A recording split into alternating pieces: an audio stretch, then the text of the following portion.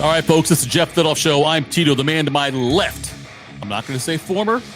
He's a Buckeye. He's a defensive tackle. Still. Faux life. He is Jimmie Bell. Not for. No, faux. Yes. F-O. Okay, I will tell you a couple things about Foe. Moses Malone was famous for talking when he played with the Sixers and was talking about them winning a championship in '82. He said, "We're going to go faux. We serious faux. And I think it ended up being faux 5 faux, but nonetheless. And also, I got another story real quick. James Douglas, Buster Douglas's nephew, and I can't remember, it might have been Henry. Anyway, I used to work for Damon's home office. Wow. And we would go around and do store openings. Wow. And anyway, this guy, Buster Douglas's nephew, when you had to introduce yourself at these openings, you're the trainer. He was the trainer for the kitchen. And you had to say, like, hey, this guy's name is James Henry. Actually, my name is James Henry. You had to say what store you're from, what restaurant you went to.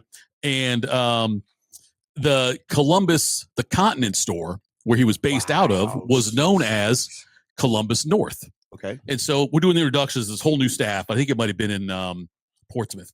And he gets up there. He's a big guy. He says, yeah, my name is James Henry, and I'm from Columbus North.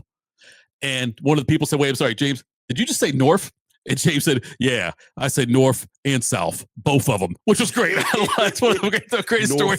And South, both of them. That's what I say. Any more questions? Right. Yes. And no one's going to question James Henry on that. Well, maybe laugh so hard. So we're going to have Bill Bender on a little bit, talk to him about what's going on in the college football landscape. He's with the Sporting News. But first, let's talk about Ohio State this past weekend. I started my show today with Bobby and said, man, this defense sucks. 16 points. Tongue in cheek, yes. But the defense, though, it was never in doubt, right? No, not.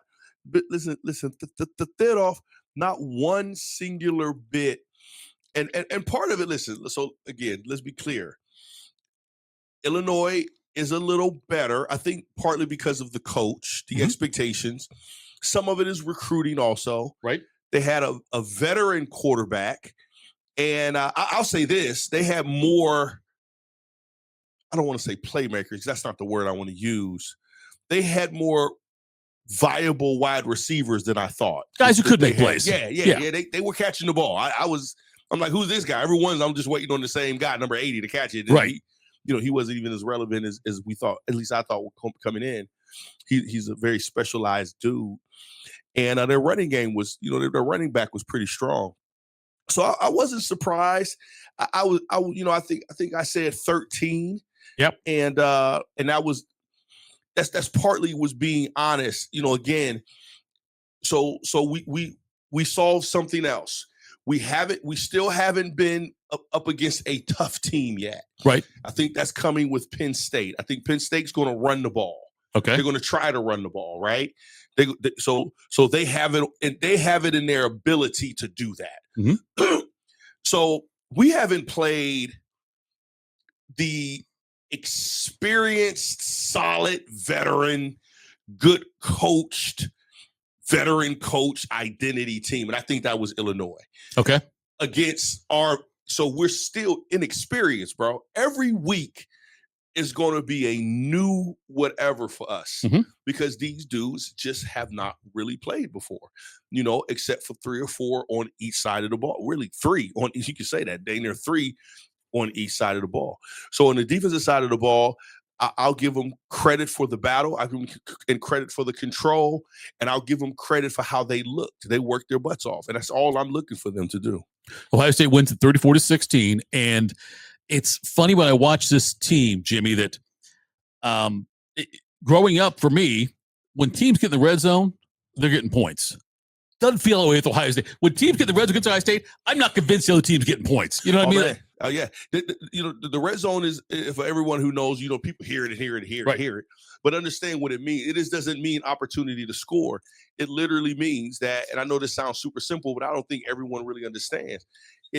It narrows the field, bro. You only got 20 yards to work with. But for offenses, it sort of kind of is a benefit. But I think for Ohio State, I think it's the other way around. I think it becomes the benefit for Ohio State Defensively, yeah. Yeah, defensively, I said Ohio State, right? Defensively, in the same way that historically it's kind of more beneficial to the offense. They buckle down.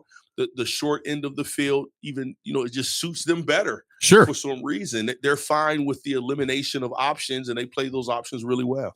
What was interesting to me was seeing Illinois, well-coached team. Bielema knows how to win in the Big Ten. He did it at Wisconsin, obviously. So he is someone who knows how to coach in the Big Ten. And it feels like early on, maybe, I don't know, but at some point, though, it almost felt like they understood what was going to happen. They weren't going to be able to compete in this game. They weren't going to be able to score enough points to beat Ohio State. And they started some trick plays kind of thing. Kind of went backwards on that. It's like, and I feel like, and I'm not saying that's disrespect to, but I think that he realized though, hey, we're not going to be able to play our normal style of game and score. Yeah. Yeah. And they were trying to, I think some of that is, so you have twofold with that. And I think it can go a bad way. Mm-hmm. Some teams come into a game thinking the best of what they have to offer can't compete. Right. Some of it is, again, they're still depleted, right? Their offensive line isn't the same offensive line. They have some other deficiencies. So I think they were just trying to keep some momentum, build some momentum, and play from that perspective. Let's keep the ball moving. Let's see if we can break some plays because we can't compete. Now, I'm giving them some grace. Not because pound for pound we can't compete. They may have thought that coming in, but for sure, how everything was constructed going in, but I think some of it is attributed to injuries and them not totally being 100%. Sure. Man, it's not going to happen. Let's give it a shot. But we knew early, like you said, it's not happening. And Jimmie, when you look at it, it's like Illinois, look, they're legit a top 20 team. They're a top 20 team. Okay. Yeah. I think you might say top 20, but they're the fact that Ohio State goes there on the road and Illinois at home had no chance in this game. And it was apparent early on. Says something about, and I know it's boring, because Ohio State, we'd all love to see him hang 50 on everybody. Okay. But it was still a very methodical, and it was the outcome was determined very early on. Yeah, let's argue. And maybe I can understand the argument and the debate. I ain't having it because I don't think they're a top 20 team at all. You don't? No, they're not even in the arena, to be honest with you. Really? No, they just don't have it. They could have been, but. I'm the guy that does. I like to do an honest, and I used to do this. I used to do and put out based upon the previous year, going from week 1 on, who should be the legitimate number 1 team down. Okay, I don't go off of expectation. That's why I love the playoffs. I don't go off of expectation. I don't go off of the name of the team and what I think. Nah, man. What's your score? Who did you play? Such and such and such. So in my poll, the weirdest teams may be 2, 3, or 4, or 5, or 6. You know what I'm saying? Based upon whatever. They're just not that team. They probably came in with a lot of expectation of being those dudes, but they haven't done it, bro. Indiana literally blew them out of the water. They did beat a USC team. They got pounded by us, so they have 2 losses. And they didn't even compete with us. You see what I'm saying? They're not a legitimate top 20 team. There's a lot of other really strong teams out there that fit into those spots. You talk about Washington. Washington right now has looked better than them. They're not even ranked. You see what I'm saying? So there's a lot of teams that fit that complexion of a top 20 team. As things stand right now, though, Illinois' 2 losses are number 1 Ohio State and now number 3 Indiana. That's their 2 losses. So, and the Ohio State game was much tougher, much closer than the Indiana game was. Not say Ohio State probably could have beat them just as badly if they wanted to. But we'll know in 2 weeks. Illinois is off this week. Then they play at Washington. Grambling has those same laws. I'm just teasing. right. Yeah, bro. But Illinois is at Washington in 2 weeks. I know Washington this week is in Michigan for the Big Noon kickoff, Fox Big Noon kickoff. But and then then Illinois travels to Washington. We'll know a lot more about them then. But if Illinois can somehow beat Washington, then they've got Rutgers and Maryland at home, at Wisconsin, host Northwestern. You could be looking at a 2-loss Illinois team that's going to potentially be playoff bound. Nah, they're in that space. This is what. So Jimmie, are you hating? Nope. Thitoff just rattled off 4 teams that they have to play minus Wisconsin that they're pretty much evenly matched with. I think they're better than Rutgers and Maryland. That's where they're fit. Maryland can beat you. Now, Rutgers is different. Yeah. Rutgers is all coaching and heart. They don't really have enough guys. Maryland always has guys, bro. Sure. From week to week, we don't know what the heck Maryland's going to give us. In Wisconsin, I just don't know what's going on with that team. But when they match up going in, that's the space that they fit in. Those aren't top 20 teams. No, they are. But I got to believe it.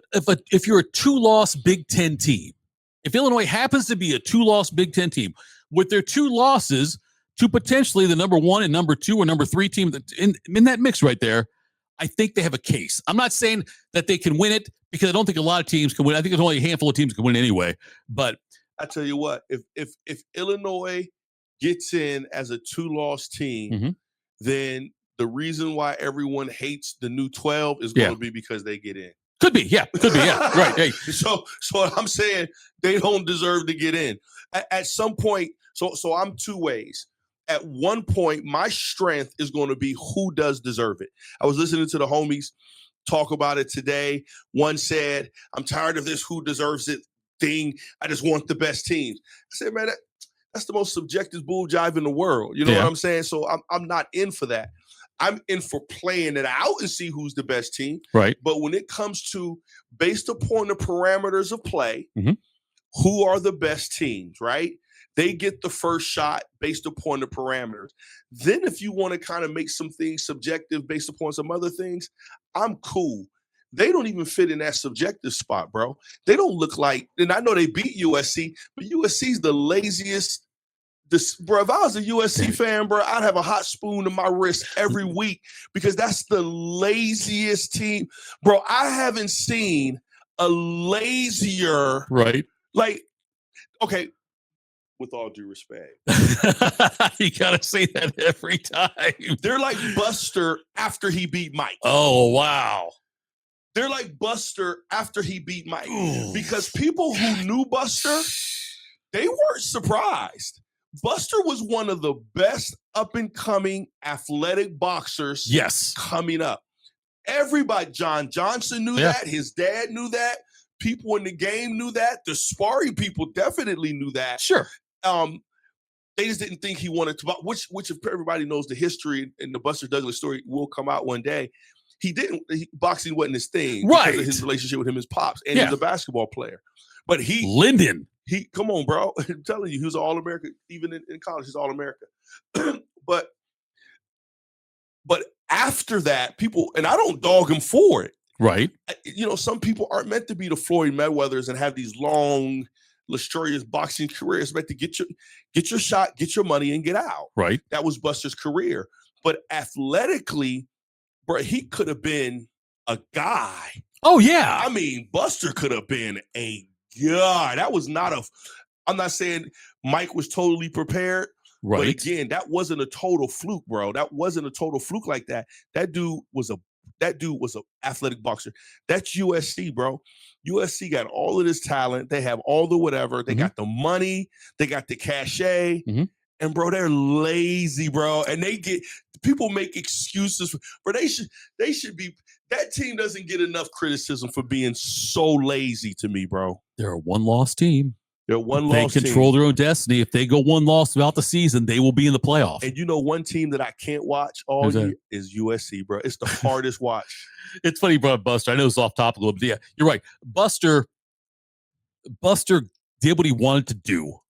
He wanted to be the heavyweight champion. When he wanted to do it. Yes. He did it. And it's like, you know what? After that, people would look at it and say, work ethic. It's not work ethic. It's want ethic. And not a bad way. He wanted to win the championship. He did not want to be heavyweight champion forever. I don't think he really cared. Yeah, I think he allowed Don to come in to mess up his relationship with John. John kept him in you know, John picked his tail up. He got him in, you know, so John made him do the things he didn't want to do to make sure when his opportunity came, he was ready. And when he moved over with Big Don, he was able to, you know, kick his feet up, you know what I'm saying? Yeah. And not make it hard for him and you know, but that's USC, bro. For some reason they just irk me. So USC is sitting there at 5-1 right now. Got the huge win, dominated Michigan over the weekend. Okay, perfect. USC, one loss, and I don't even think, who knows what they're going to lose another one. Okay. You got Oregon, who's very talented. Right. They're probably not going to lose another one. Right. You got Indiana. They're going to be number 2. So you got Ohio State, Indiana. You got Oregon. You got USC, who I think will lose another one. I would take a 2-loss USC, even though Illinois beat them, to go into the playoffs to make a run before I would choose Illinois. So this weekend, I believe. So USC scheduled the rest of the way. They're at Notre Dame this weekend. Then they're at Nebraska, host Northwestern, host Iowa, at Oregon, host UCLA. Oh, bro. Yeah, okay. I take that back. They may lose too. Okay, so this weekend, though, is a huge game for both them. It's an elimination game for Notre Dame. Notre Dame loses, they're done. Yeah. They'll have 3 losses at that point. I can't believe Notre Dame will get in at that point. So this is a huge game for them this week. We'll see what happens with them in that game. That's a night game on NBC in South Bend, and should be a lot of fun. Hell, it could be the last time they play each other. I don't know what the contract is on that. Yeah. I know that there's talk about Lincoln Riley bailing out or something like that. But it is interesting how many, like you mentioned that we talked about, Oregon's got 1 loss right now. Oregon, USC, Ohio State, Indiana, and Nebraska and Washington, only teams with 1 loss or 0 losses in the Big Ten. I didn't think about Nebraska. Nebraska looks, I'm not saying they are better than Illinois, but I'm saying their product looks better than Illinois. You see what I'm saying? So that's why I say I'm not hating. I'm just saying there's other years, I think it was either last year or Vilma's first year he was at Illinois, where they look like, oh, gee, y'all old school Wisconsin, Illinois is back. So that look is what I'm looking. I'm not saying it has to be that, but I'm just saying that's the difference in what I'm talking about. They're not even in the arena, bro. It's interesting because if USC was still if there was still a Pac-12, whatever it was, USC would look a lot better than they look now. Just because you're in the Big Ten now, you're behind Ohio State, behind Oregon, you're behind Indiana right now. And I mean, hell, who knows? You might be behind Nebraska. I don't know. But Washington's not, but like if you were in the Pac-12, you'd be behind Oregon probably. Nah, think about this, Thitoff. This is where you're wrong. All right, let's hear it. They look worse. You think so? Because they would already be in a position of having to defeat the debate that Pac-10 is boo-boo, right? So now USC loses to Illinois, and we're talking just brands. Oregon loses to Indiana. Right. Bro, people are talking about annexing the Pac-10 away from the United States of America, bro. You feel what I'm saying? So actually, they get credit for being in the Big Ten and losing to those teams. It actually makes them look viably strong because they're attached to the Big Ten brand. If they were Pac-10 alone, they'd be like, man, get these dudes out of America. It's interesting with how like the college landscape, the way it's changed. I still wish it was regional. I do wish it was still the Big Ten and they had 10 teams or maybe 11 even Penn State, but Nebraska would be in the Big 8 or the Big 12 or whatever. They should be over there with Oklahoma, with Texas. So that part bothers me. That's so that the regionality of it has gone away, and that incredible. It'll never change. It can't. I don't think. I mean, don't change. If you do a major overhaul and say, okay, change back. Yeah, you don't change back often in sports, right? Like when you add playoff teams, you never subtract playoff teams. Like, in NFL, NBA, college, there was a time, by the way, I don't know if you know it's not, Jimmie, but there was a time when there were 21 teams in the NHL, and this is like early 80s. 21 teams in the NHL, 16 made the playoffs. Oh, Lord. They would play an 80-game season to eliminate 5 teams. Makes no sense. That's a total side note there. But anyway, I don't think they'll go back. But you cannot go back when it comes to the number of postseason teams and the revenue generated by that. You cannot go back on that. But you can go back geographically if you really wanted to. And I'm not saying they would because there's so much money involved in this. We got that $2 billion thing coming down maybe for the Big Ten. But if you had a Big Ten West and a Big Ten East, and the West consisted of USC, UCLA, Washington, Oregon, maybe, I don't know, Iowa, Nebraska, things like that out there. If you did somehow separate it regionally more, I would be okay with that. Well, that's what they did before, though. That's what they tried to do with the whole Big Ten division Yeah. thing, which is still the same. I thought what you meant was to different, the conference alignments, the other, back again, we talked about it last week, the SWAC, the Big Eight, and the SEC. Yep. They've always, reshuffled their cards when it comes to, but even what you're saying, those all made sense because they were in that infinity ring. Right. You see what I'm saying? So the West Coast would have to be the West Coast out West. Who knows where Nebraska, again, like you said, Nebraska would go back to their old conference. I would love that. The 8 and leave that at that, leave our space to our space. Maryland and Rutgers stay in the ACC. Notre Dame comes to the Big Ten. That'd be awesome. Yeah. You feel what I'm saying? Yeah. So I don't disagree with you. I would even be open to taking like a Tennessee who fits in that space, maybe even a West Virginia. But you're totally right. Like it would be dope if there was some type of regional thing. I would love for the Pac-10, but that was one of the weirdest, most Twilight Zone things, minus a reality star getting the presidency in my lifetime. Right. Era. Like it was almost like, did they say that the Pac-10 was shut? I mean, not Pac-10. Pac-12, Pac-12 was shutting down. That's not. Get out of here. Yeah.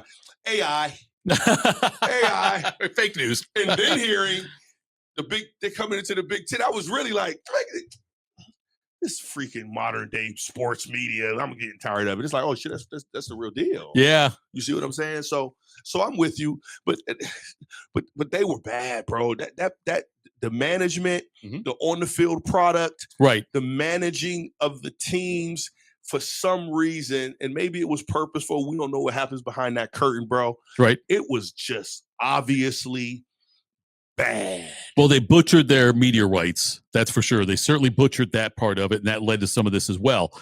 Getting back quickly to Ohio State, though, if I can nitpick one thing about Ohio State, nick it. I was not impressed with how they executed the run game on offense. Okay, so when are you going to be? It's sucked the whole year, bro. We have it. Okay, at this point, I'm just on it, bro. I don't expect. What do you want me to expect out of the run game? I thought they would do a better job because of Illinois' injuries up front. I thought Ohio State would be able to exploit it better in the run game. With who? How? With Bo Jackson. I thought they would look. They ended up with 37 carries for 106 yards as a team. That's 2.9 yards a carry. I thought Ohio State would be better than that against Illinois. Now I'll say this, and I think he was hurt too. But Bo has been extremely explosive every game. Yeah, right. And he actually still looked explosive. Again, I think he got hurt. But bro, I don't know what's going on with Peoples, minus the fact that I always tell people from year to year, that's not true. Let me say this accurately. I always allow new guys to matriculate because going from the second dude, the expectation is just totally different, bro. Sure. From when it's on you. And Peoples don't look nothing like he looked when we saw him playing and getting some flashy time last year. And when I mean nothing, I mean nothing. And I know the holes are there, right? Because even who's number 12? What's the last name? Donaldson. Even D is getting the holes. He may not be hitting them like Bo's hitting them, right? But he's hitting the holes. Peoples is literally running up people's backs, and that's not even his game, bro. Sure. You see what I'm saying? So I don't know what Coach Carlos has to do. I believe in Coach Carlos. Oh, me too. Yeah. I think sometimes it's just a matter of the guys that you expect don't do it. Matter of fact, this is the crazy part. I heard Coach Day on one of his shows talking about the next guy getting some burn. Isaiah West, and then yeah. Which means Peoples is out, bro. He could be down further right. Yeah. Peoples is out. They have no upside for Donaldson. Right. And they just don't want, for some reason, to 100% give it to Bo. So you have we're the best, most inconsistent run team. Fair. Country, yes, bro. you're right. And I can't decide when I'm watching Ohio State. With watching Ohio State play, I go back and forth, Jimmie, about like, are they offensively, are they just doing what they have to win? Like, they're playing conservatively because they have to, or is it really they can't run the ball as well as they should? And like, are they being more conservative because either there's some trust issues somewhere else along the offensive line, trust issues with Sayan, trust issues with the running backs, whatever it is. I'm trying to figure out if their inability to run the ball at the level I thought they would, if that's deliberate or if that's just a byproduct of the fact that's what they are.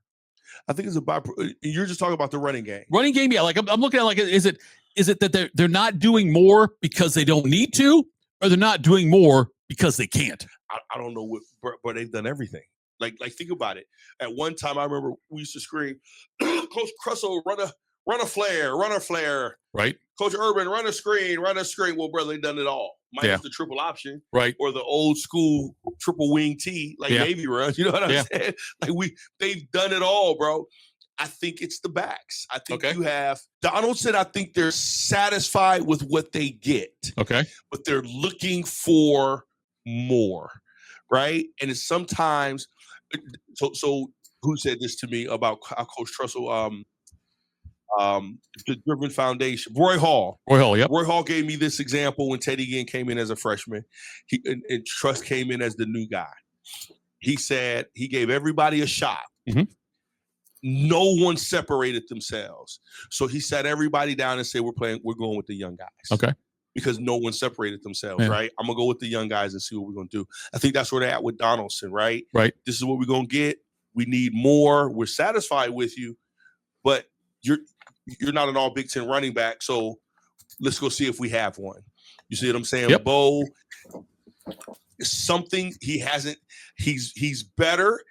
He hasn't taken it to the next level that I think they want him to. Mm-hmm. So guess what? We're gonna give the next guy a shot too. Peoples is out, bro.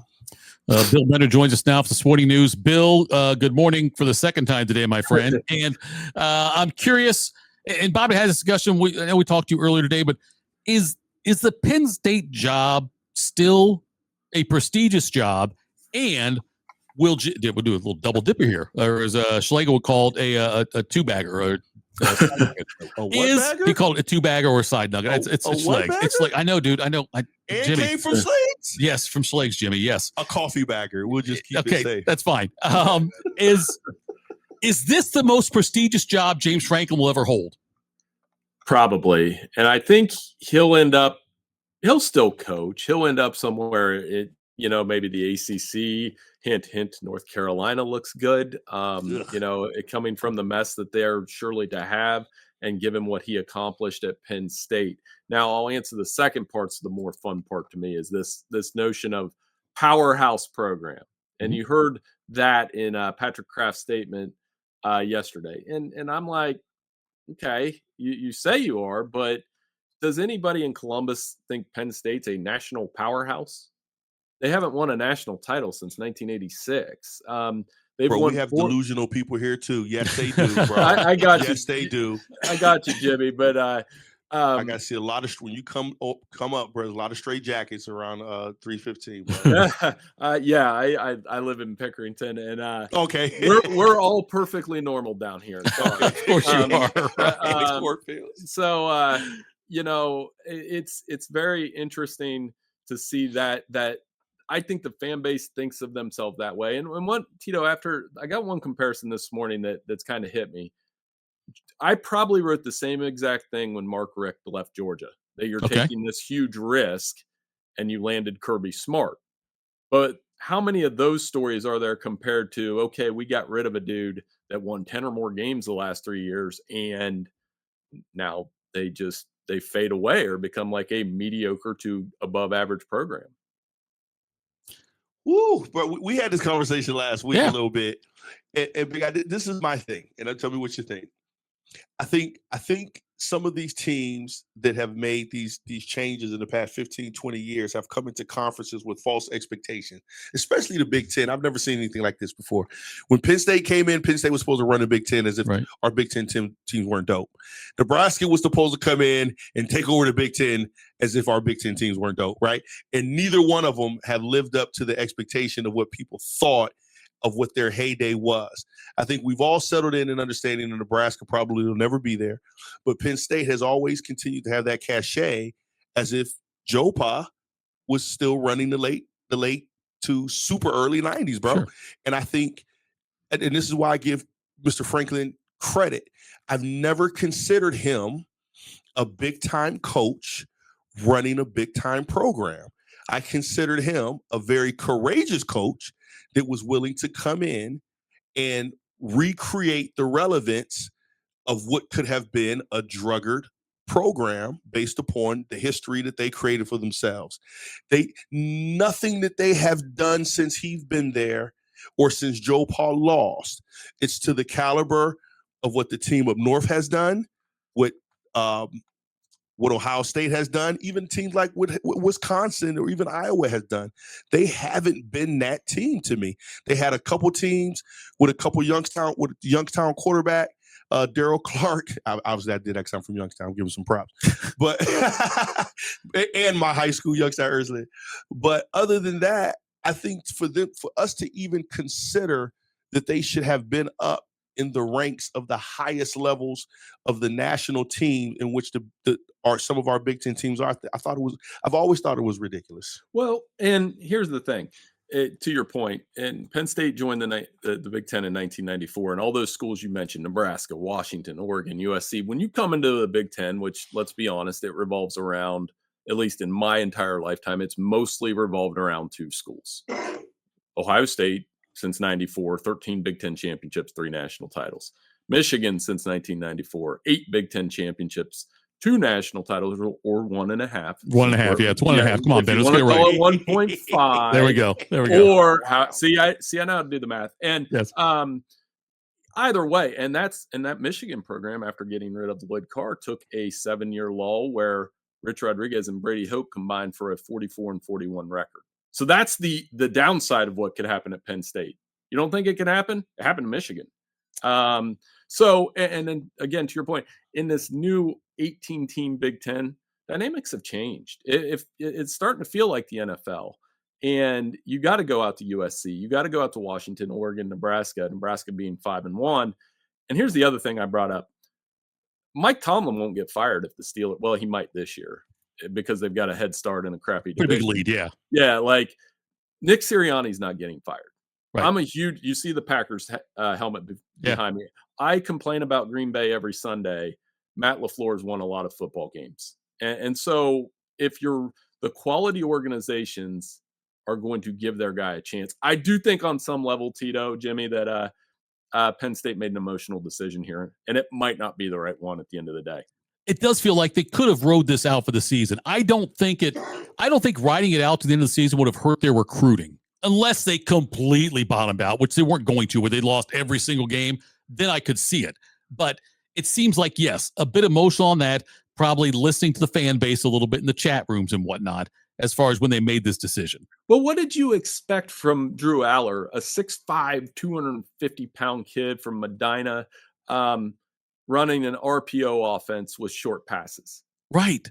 I didn't. It was the whole. Is it square? What is it? Square holes, round peg? Or yes, round peg, square holes. Yep. Did I get that saying right? I think you got it right. Yes. I'm not the handiest of men here, but the idea being, they didn't use him properly. He's not a read option quarterback. Come on, and I think that was part of the problem. I don't think Jim Knowles has worked out there. No, not the last 3 weeks, certainly. So why not reshuffle the coordinators? James Franklin's done a good job overseeing that program. Mm-hmm. Like I said, if we were in 12-team playoff in 2014, right, Penn State have 6-7 appearances. And that's the thing that, like I said, this could really go either way. And honestly, guys, I'm not sure which way it will go. Yeah. I appreciate you. And we're saying the same thing. You're just being a lot more eloquent. Excuse me. I'm a bull, bro. I'm 6'6", 350 fat pounds. I shouldn't be. So I played at 250. So when I say fat, I'm really saying fat. Not pH fat. right. Exactly. Not sexy fat. Not Right. Ooh, look at that sexy pH. Yes, I got No, you. nothing like that. But we're saying the same thing, right? I think there needed to be some honesty in the proper expectation of Penn State, bro. That you're right. If we would have had a playoff back then, they would have been in, and they should have got in. Who knows what they would have done when they got in? They wouldn't have been predicted to win the whole thing, but that's what they do. And you're right. And I'm gonna give you something. 7, you got to add another 7 to that. When they hired Rich Rodriguez, I said that program's about to be set back for 12 years. Oh, Michigan, yeah. They didn't need to do that. Brady Hoke should have been the next. I'm just using in parody. Brady Hoke should have been the next guy, and then hopefully you got another guy, which was a Michigan guy. So you needed was you needed someone to be a stopgap holder until theoretically your new guy came. That's the dope part about Ohio State. We just have had enough dope Ohio coaches to come in and be the guy. You didn't need to go for a big splash. And that's what everybody's looking for now with the NIL money and the probability. The only way Penn State's going to survive is if they bring a guy who has a cachet with him that brings his thing to Penn State. Very similar to Deion. Right. Deion brought his thing everywhere he went. That's how he's getting guys. He's not getting guys just knocking on people's doors saying, hey, you may not know me, right? The same thing with the Indiana coach. A lot of people are looking at Indiana like it's Indiana. It's like, no, this is one of the most prolific, accomplished recruiters on the national level for Alabama for 15 years. Yeah. Let me knock on my door, and here's the portfolio of my accomplishments. Why don't you come give me a shot? That's what's happening at Indiana. Don't think it's just this really nice spiritual dude. So Bill, the cachet thing, is it Matt Rule, is it Kurt Signetti? Who should Penn State be looking at, and who realistically can they get? Well, those are the two names. I think that's their list. Yeah. Can they pull Kurt Signetti out of Indiana at 63 years old? When we talked about this briefly this morning, like, if you're Kurt Signetti, you're revered in Indiana now. He is. I've made this comparison a couple times. He's the next best thing they've had to Bob Knight, because 1, he wins, and 2, he drives people crazy. Yeah, with how he talks to the media, and you either love him or hate him. And we grew up in an era around here where I remember Ohio State, Indiana basketball games where people, and not just Ohio State, but everybody else would watch to root against Bob Knight. And can you believe we're getting to that point with Indiana football and Kurt Signetti? Bill, it's almost like they're a damn football school all of a sudden. With how well the team's been lately in basketball, they're in danger of becoming a football school. It's wild. And then Matt Rule, obviously, with the alma mater ties. I love him as a coach. I think he's a great person. He's fun to talk to. He's done the right things in getting that remodel. But if Matt Rule goes to Penn State, it's like whoever you hire, what they said yesterday is like, playoff isn't good enough. Do you guys realize they were in a tied game with Notre Dame with 5 minutes left in the semifinals last year? Right. That's insane. And they just fired. I mean, how many programs would do that? It's wild. Think about the Iowa years ago, and I think they've finally settled in. It's hard for some of these. I get it. They have thoughts of grandeur when they wanted to get rid of their coach because he wasn't winning.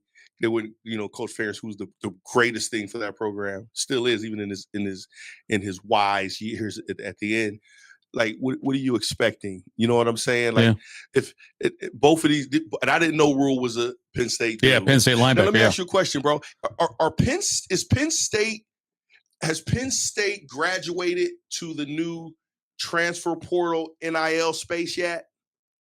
I think they have the resources to do that, and they must, because they're willing to pay a $49 million buyout. Right. So, but that's Penn. Yeah, that's okay. Yeah. And the stadium renovations that are going on there, they're remodeling all that, and it's not like Tito and Bobby asked me this morning. Like, what do I think of with Penn State, or what will I remember about James Franklin? And I said, they produced dudes, Saquon and Michael Parsons, and Trace McSorley was a really good quarterback there. They've had awesome teams, but they just were a notch below Ohio State. So I guess the value judgment they've made is, okay, let's build a program that can try to catch Ohio State. And I'm going to tell you, it's not going to be easy because the Buckeyes are humming on all cylinders. And Michigan tried that. And basically, you've heard this analogy a lot on the Fox broadcast that Michigan plays Ohio State, tries to make them fight left-handed. And to an extent that worked.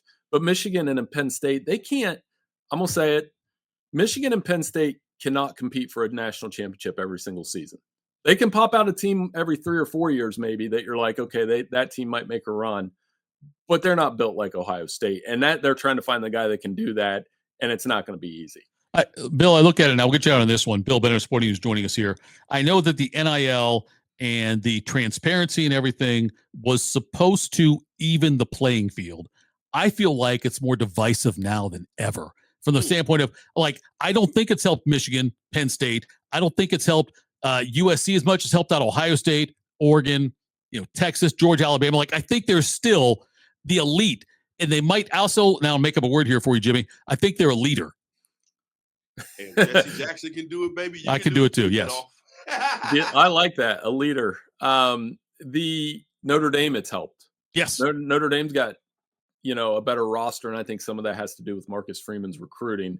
Any FBS school with a Texas on their name right now, A&M's better. They've got dudes. Texas Tech, obviously, on the defensive side. Texas, we don't have enough time to get into that, but they kind of reminded everybody Saturday that, I think if anybody had a right to wave goodbye to a fan base and his critics, it was Arch Manning on Saturday. And they're going to continue to be a factor. But yeah, in this space, you're going to have to spend. I've said for the last couple of years, it's starting to feel a little bit like Major League Baseball, where you're going to have some powerhouses, but some good stories will pop up along the way. But at the end of the day, I mean, in August, Tito, did I think Ohio State and Indiana would be the best bet for a Big Ten championship midway through the season? I would be lying if I said yes. Bill, you're the man, buddy. Thanks for the time. We appreciate it. We'll talk again soon, okay? Hey, anytime. Thanks for having me on, guys. Have a great week. All right, Big Town. Yes, that was Bill Benner, Sporting News, joining us there. Love talking to him. He's got such a great. He's got a great perspective on college football. Yeah, I love it. Okay, so he brings up Indiana.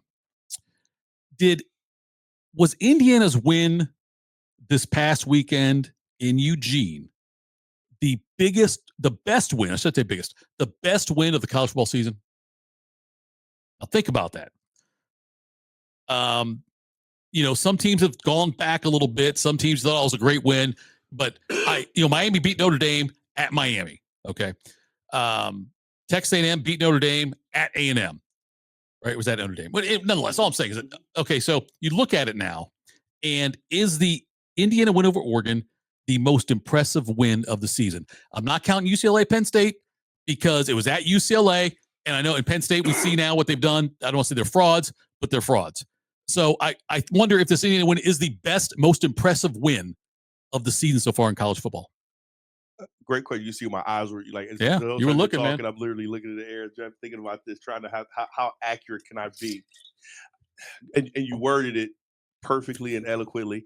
Okay, how about this? This is what I would concede to. I think it was it probably was the most defining win. Okay. For sure. Yeah. Indiana's for real. Mm-hmm. Their coach is for real. And honestly, between him and Coach Day, they're the best two coaches of the beginning of the reality of this transfer portal / NIL era, because it's not just about the money. It's about the foundation that you build to allow someone to believe that this opportunity is worth more than the extra $100,000 that someone is asking for. Does that make sense? Yeah. This opportunity at Indiana is now going to be better than that $50,000 that other. And these two guys are doing it the best. Everybody's spending money, bro. And that's why Oregon spent way more money than Ohio State.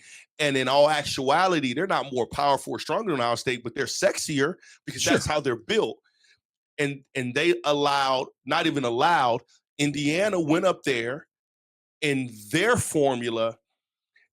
And bro, I hate to even say competed because that's the way people, and that wasn't even fair for Indiana. They went up there and took that game. They took it. Yeah. If we say where they competed, and we all probably did, considered that Oregon was supposed to come out with that win, right? Which actually wasn't fair. And we all had to concede we were wrong. Right. They went up there and took that game. Even when they were going back and forth like two boxers, and not once did I see Indiana flinch, bro. It was crazy to watch that game. They did not flinch. And that was most impressive. Whether they lost or not, that was the most impressive to me. They did not flinch. They did not waver through the mistake. You know, it's a football game, right? Sure. Nothing's going to be perfect, bro. They stood tall like, man, let's go. Change, let's go. Let's do it. Whatever we got to do, let's make it happen. It's defining, bro. If Penn State goes to Signetti and says, this is what we're willing to pay you. You don't even need to finish the question. Sexy as your voice is, bro, and I love listening to Tito's voice, bro. Ain't no way in hell. But that's the new era, big dog. Okay. This is where Indiana will blow it. If they get so arrogant, right? The administration gets so arrogant and they're not willing to play ball. That's if Penn State says, whatever the number is, we're going to offer you $1 trillion. That's not the number. I'm saying, but whatever. Penn State says, we'll pay you this. Does Indiana need to say, you know what? We'll match it. Phil, where I'm coming from, Thitoff, I don't think it's him. It's not him. Right. It's, are you willing to play the NIL game? Okay. And that's not Penn State. That's the boosters. Sure. Let's be very clear, bro. I hate putting NIL with these teams because these universities ain't giving these kids a damn dime. That's not how it works. Thitoff is a millionaire. Okay. I'm a little bit richer than you, so I got to be, because I'm bigger. Of course you are. And we love a particular team. Right. And we're like, hey, bro, go get 3 of your homies. I'm going to get 3 of my homies. And we all going to put $10 million in to such and such and such. Yeah. That's what's happening. Well, Ohio State ain't paying nobody nothing because it's not legal. Ain't nobody paying nobody nothing. So this is what I love so much about Colorado right now. Uh-huh. And they haven't wavered, and they don't look like they wavering. Right. They're allowing Dion the resources to do what he does. Does that make sense? That does make sense. I haven't even heard, and that's just me hearing. So I'm just talking. That's why I was asking him, where's Penn State in this whole new era of things? Right. You know what I'm saying? Bro, only Indiana administration can blow this. If they don't play ball, right? Because right now he's winning in the NIL, coaching, recruiting, 3 and 4 stars. Now his cachet is that, and I told my homie Sean Harper, who's an old Indiana graduate, played for Indianapolis for years. I said, Sean, we didn't grow up with stars. Yeah, this guy's not recruiting stars, right? He's looking at the film as we all were recruited back in the day. Sure. And he's saying, old school. Oh, that dude can play. Yeah. Let me go visit him. Uh-huh. Oh, and he's a good dude. Hey, man, boom. Yeah. So he's taking these 3 stars and these 4 stars, and he's developing them in the program, yada, yada, yada. So what's going to end up happening is they are going to pay a couple homies, a couple 5 stars here and there, yada, yada, yada. Is Indiana, are the boosters, are they going to uphold and continue to support? If that happens, bro, that's the team. If I'm that coach, right, that's the team. That's the environment. Because I can build from anywhere, bro. Indiana's done a good job. They've hit in the transfer portal recently. Mendoza, the quarterback, they've hit on him. So the guy from OU, they hit on him. They're hitting on guys in the portal, which is important. Indiana, though, and Penn State's job opening now is going to accelerate this process. But Indiana very soon has to make a decision. Do you want to be a football school? It's much more lucrative to be a football school than to be a basketball school. Fair? I don't think they need to see, bro. No, I'm just saying though. But like Indiana though is known as a basketball school. Yeah. I think they need to make the financial commitment to say we are not just a basketball school. We're traditioning now. Now we're being very traditional, right? Which is fine. It is fair because we can do it on the basketball side too. Sure, but they don't need to make that choice. They can continue to be because it baffles me about Ohio State. Why can't they be better in basketball? Yes, and because we put the resources in. Yes. Lord have mercy, Thitoff. Yeah. Who you would think what basketball player in the world would not want to come play under these facilities? Sure, right. You would think, yeah. It's the most beautiful stuff in the nation out. And someone will have to show me. I'm not a big basketball guy like that, but someone have to show me who's better. So it's not about that. They don't have to be if you want your football program to be successful, that's all you need. You don't need to be a football, whatever. But if you want because you don't need to make the switch, you don't need to make the adjustment.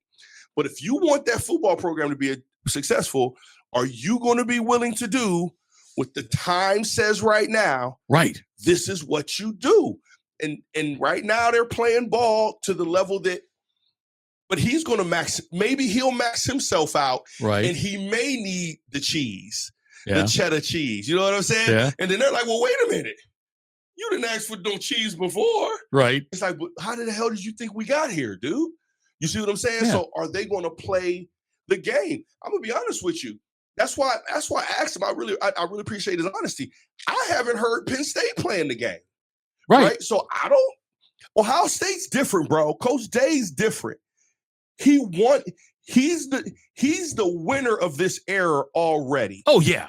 Because again, I keep saying it. He has put relationship over the transaction. That's not easy to do. Right. My kid going to, hey, bro, get as much money as you can get in these 4 years, bro. Sure. Negotiate this cheese because we don't know what you're going to do in the league, bro. Get all the money you can get, right? Right. Start your life off with a couple mil, right? Yes. Right. Ahead. I don't know if Penn State, and obviously Penn State's going to have to. Hey, bro, let me ask you a question. Yeah. Did you hear about that Adidas rumor? Yes. Is that true? I don't know if it's true or not. I'm not sure if it's true or not. I don't know if it's true. I've heard the same rumor, though. Yes, about the money, yeah. So everyone out there, the rumor is that it wasn't the administration. It wasn't any of that. It wasn't even the fan base, so to speak. Adidas and the Adidas executives wanted and pressed for Mr. Franklin to be fired. Yes. That was a report that went out there, and I said, "Ooh, that's interesting." And more than anything, it's interesting that they let that get out. But my whole point is, I think he should. I told Sean, I said, "Bro, he should stay unless, and it happens, that they say we're not playing ball anymore." I would not fight like Clemson, like even though Dabo's made his own bed. Sure, you could say he's fighting against Clemson because he really wants to be at Clemson and they're just not playing ball. Man, if I see him at Indiana, now I wouldn't do that. Right. If Indiana's not going to play ball and come up to the times, I ain't doing that. Now that's for sure. Now you do give me a free rein to get my tail out of there. Yeah. Interesting on that and what will transpire with this whole Indiana thing. I wanted to do this thing with you, and I've done it on different shows. Teams, or field. I'm going through the top 25 rankings. And I'm going to give you this team or these teams in the field for winning the national championship this year in football. Hallelujah. Okay, if I gave you Ohio State or the field, what would you take? Team. You would take the field? You take Ohio State over the field. Oh, yeah. This is the quickest game ever then, because I never got – most people I've talked to in recent weeks, it's gotten to at least 5 or 6 teams before they felt comfortable taking the group of teams over the field. No, but listen, because Miami could win this thing. But this is the deal. But I try to be honest with the people. That's why sometimes I just feel like I'm flip flopping. I'm just being honest, based upon what we've seen in these 6 games. Yeah, ain't nobody playing as consistent and strong as Ohio State based upon who they've played. Okay, but on the flip side though, who's Ohio State beaten versus who's Miami's beaten? Okay, who has Miami beat? Miami, they beat Notre Dame. And that was Notre Dame, obviously, they're a top 10 team yet? No, they're not top 10 yet, no, but they are a top 25 team for sure. Miami beat South Florida, who's a good team, right? Would you agree with that one or not? Now you're looking at me like you don't believe in that one. I think South Florida's a good team, giving you dude. to keep going. Look, I know. That's the Jimmie Bell. And my eyes, guys, are big as Garfield, so they're burning through his glasses. Okay, Miami did beat Florida State, who is what's Florida State's record now? They're 3-3, not great. They beat Florida. Okay, I got that. Okay, let me see if I'll get Miami's schedule right here so I can tell you. We'll go game by game. Let's see. They beat Notre Dame. They beat Bethune. They beat South Florida 49-12. They beat Florida 26-7. Beat Florida State 28-22. I'll give them this. The one little tiny tushy of a bushy, cushy of an up, because I watched that game, is the Florida State game. Okay. And one thing you just can't deny is the athleticism on both sides of the team. Of the field. And I was happy at that moment. It was early in the season. I think it was the first game of the season. No, but the Notre Dame was first game. Florida State was just most recently. Okay. But they right. They didn't look, Florida State looked back. Like, they looked really bad last year, bro. They just something, I don't know what's going on. So they looked really back. Ohio State. So if I take what both teams look like, take away who they played, and I take the consistency of what they look like, Ohio State looks better. Now, if you throw in the teams that they played, Ohio State still looks better because they look better based upon the teams that they played up to date. Up to date, they haven't played anybody no better than what we've played in our schedule, bro. None. I would Zero. say Notre Dame. Man, if y'all don't get off of this cat, no, are listen. you Catholic? No, I'm not Catholic. Let me see your knees. Listen. Notre Dame, though. Look, you know what we used to do at Youngstown Ursuline? We used to sneak hosts and wine. Okay. That off. Have you snuck some wine? You don't think Notre Dame is among the two schedules? I think Notre Dame's win for Miami is the biggest win among the two schedules. Based upon, listen, bro, get these brands out. These brands don't matter anymore. Based upon what we've seen on the field, Notre Dame has started off this season looking like how Florida State looked last year, bro. They don't have it. They're not, and it's not in this space. We're not talking about why. Right. We're just talking about what it is. They fit. Okay, check this out. Notre Dame fits into the Texas space in which we've played. Florida State is going to fit within that Washington / Illinois space. And I would probably challenge that an Illinois would probably beat a Florida State. And I probably wouldn't be super scared to put my money on Washington to compete with them at a high level. So again, when I talk about who looks more solid, who looks better, Miami may look more athletic. It's almost the same argument as I posed before in the defenses.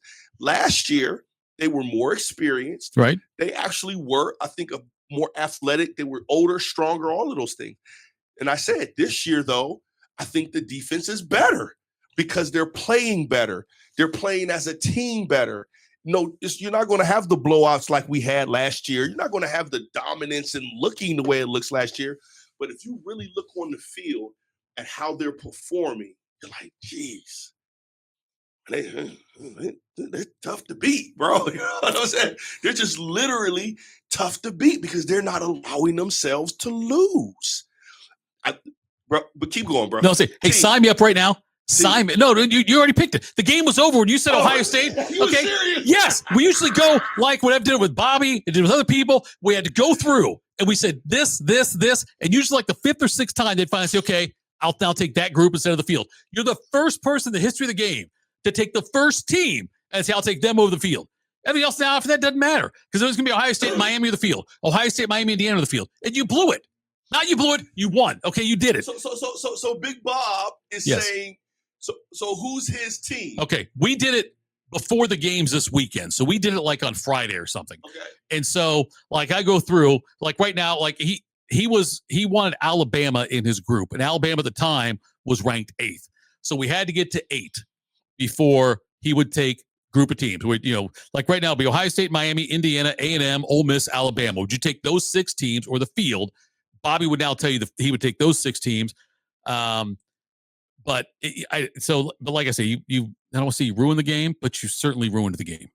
Oh my gosh! So he would take A&M, Alabama. He wanted an SEC team in there he believed in. Oh, so he's being being brandy. No, just it got dark because he was like, "What am I betting here?"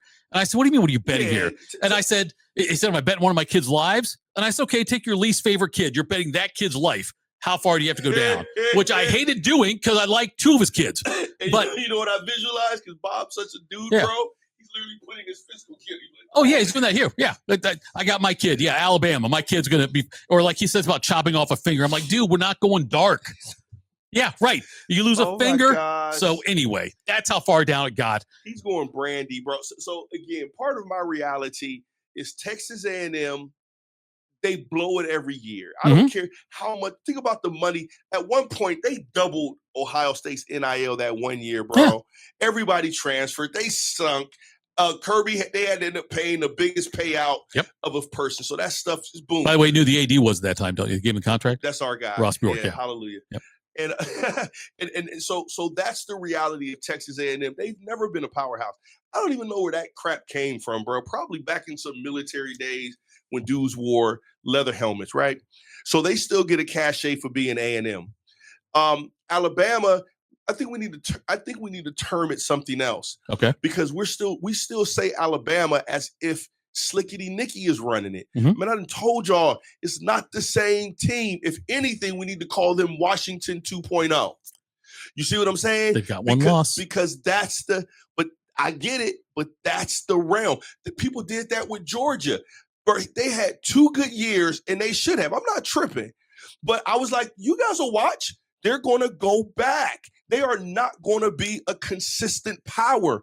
That's not how they're built. That's not how, they're just not that. And that's what they are. They're going back to being the second best, third best team in the SEC that's been controlled literally by one team before. Sure. But now I'll give it to two or three, really two, right? Georgia and Alabama, and those teams aren't. So all the SEC lost conference dominance, right? Or we haven't lost anything. We're still, what did we lose? We didn't lose anything. Even when you turn the players, we're still here. They turned their players and they turned their program. Right. They're not the same. Otherwise, you always got to give the cachet to Alabama when Slickety Nickety's at the realm. Hey, bro, Slick ain't there no more, bro. That's Washington. They got 3 straight wins against ranked teams, beating Georgia, Vanderbilt, Missouri. They've got Tennessee this week at home in a night game. They still have to host LSU. They host Oklahoma before they play East Illinois, whatever, and then at Auburn in the season. So we'll keep it on that. Sounds incredible. Now I'll give you this cachet. The totality of their schedule, sure, just in the brand alone, is better than ours. And that's just yep. I would say it too. And part of it goes just brand recognition. I don't know if Oklahoma's really 14th. Oklahoma's a good team. I shouldn't say Oklahoma, but Texas beat them though, right? Yes, Texas just beat them. So it took the Heisman Trophy winner and the number 1 pick of the draft 6 games to show his worth, to show that he's even worth a Division I scholarship. Let me get out of here with that, bro. So we don't even know who any of these teams are. Put it like this. I'll put the team up north. Okay. I said it too. I'll put the team up north against the majority of these SEC teams in a 1-game let's play right now. I'm talking right now. Neutral field. And see what happens. Ole Miss, Michigan. You're taking Michigan. Absolutely. Okay. Out the door. A&M, Michigan. Oh, out the door. Alabama, Michigan. Out the door. Georgia, Michigan. Oh yeah, Georgia. Yeah, Georgia. You're taking Georgia there? No, I'm taking. You're taking that because it's 4 in a row. Then LSU. Yeah, I think what's his name sucks. Okay, that's 5. Tennessee. Yeah, absolutely. Texas. Absolutely. Okay, we're going around Missouri, Oklahoma, Vanderbilt, Florida. Like you're telling me Michigan you think is better than any team in a neutral field in the SEC. I'm sorry. They would win any game. I would put my money up for them to win. So it would be no matter how it went. Right. What I'm saying is it's not a guarantee. And it's not guaranteed that Michigan would win. It's not a guarantee that the other team would win. Okay. And that's my You point. take your chances. I take my chances. You normally would never say that with Alabama when Nick Saban was there. Right. You're like dub, LSU, Right. Georgia, dub. Would you do the same with Indiana? With those teams? Yes. Indiana, Ole Miss, neutral site. Indiana, A&M. Ole Miss, yes. Okay, A&M. A&M, yes. I don't trust them. Alabama. I think I take Bama there. That's a good one. That's in that Oregon realm, bro. Yeah, I know. That's in that Oregon realm. I think that would be a neutral site. I think that would be a battle like we just saw. Georgia. So this is my Georgia thing. Nah, Georgia should, and I don't know why it is. I always see Georgia as that Midwest wannabe team. Alabama has been a Midwest team playing in the SEC.